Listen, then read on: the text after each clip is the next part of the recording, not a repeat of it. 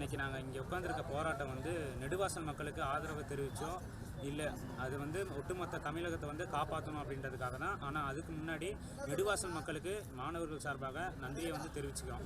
என்னன்னா ஃபஸ்ட்டு வந்து அவங்க சப்போர்ட் பண்ணியிருக்காங்க.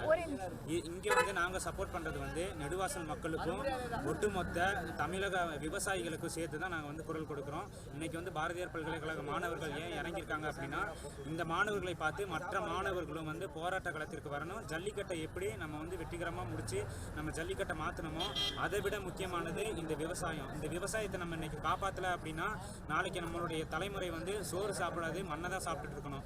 சோமாலி 1960 வந்து மிகப்பெரிய விவசாய நாடாக இருந்தது. அந்த விவசாய நாட்டை வந்து கார்பரேட் நிறுவனங்கள் வந்து இன்னைக்கு அழிச்சு மீட்ட திட்டம் அந்த திட்டம் இந்த திட்டம் கொண்டு வந்து இருக்கிற மண்ணை வந்து மலட்டுத்தன்மையாக்கி அங்கே எந்த ஒரு விவசாயமும் இல்லாமல் இன்னைக்கு வந்து மக்களுக்குள்ளாகவே மக்களே வந்து அடிச்சுக்கிற நிலைமை, பட்டினி, திருட்டு போன்றவைகளுக்கு ஊக்குவிக்கிற அரசாங்கம் தான் இன்னைக்கு வந்து இருக்குது. அப்படி பண்ணிட்டாங்க அப்படின்னா தமிழகத்தில் வந்து நம்ம சாப்பிட்றதுக்கு சோறு இருக்காது. ஆகவே எல்லா மாணவர்களும் வந்து ஒன்றிணைந்து விவசாயத்துக்கு குரல் கொடுத்து கார்ப்பரேட் நிறுவனங்கள் கொண்டு வரும் எந்த ஒரு திட்டத்தையும் அனுமதிக்க கூடாது, அதை திரும்ப பெற வேண்டும் என்பது எங்களுடைய கோரிக்கையாக இருக்கிறது. அந்த கோரிக்கை நிறைவேறும் வரை மாணவர்கள் போராட்டம் ஓயாது என்பதனை தெரிவித்துக் கொள்கிறோம். நன்றி, வணக்கம்.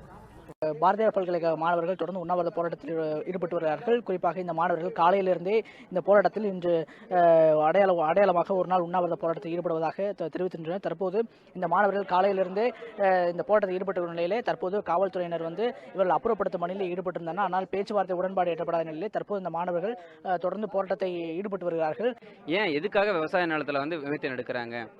இதனால வந்து விவசாயம் பாதிக்கவே படாதா? நீங்கள் 500 பேருக்கு வேலை தரோம் அப்படின்னு சொல்றீங்க, ஆனால் 50,000 பேரோட வாழ்க்கை வந்து பாதிக்கப்படுது. ஹைட்ரோ கார்பன் வந்து தடை செய்கிற வரைக்கும், அந்த திட்டத்தை வந்து முழுசாக வந்து ரத்து செய்கிற வரைக்கும் மாணவர்கள் எல்லாரோட சப்போர்ட்டோட இந்த கண்டிப்பாக நடந்துகிட்டே இருக்கும். இது வந்து இந்த மாவட்ட மாணவர்களோட கோரிக்கை மட்டும் இல்லை, தமிழ்நாடு முழுவதும் இருக்கிற எல்லா மாணவ மாணவிகளும் வந்து கண்டிப்பாக இந்த போராட்டத்தில் வந்து ஆதரவு தரணும், போராடணும் அப்படின்னு வந்து கேட்டுக்கிறோம்.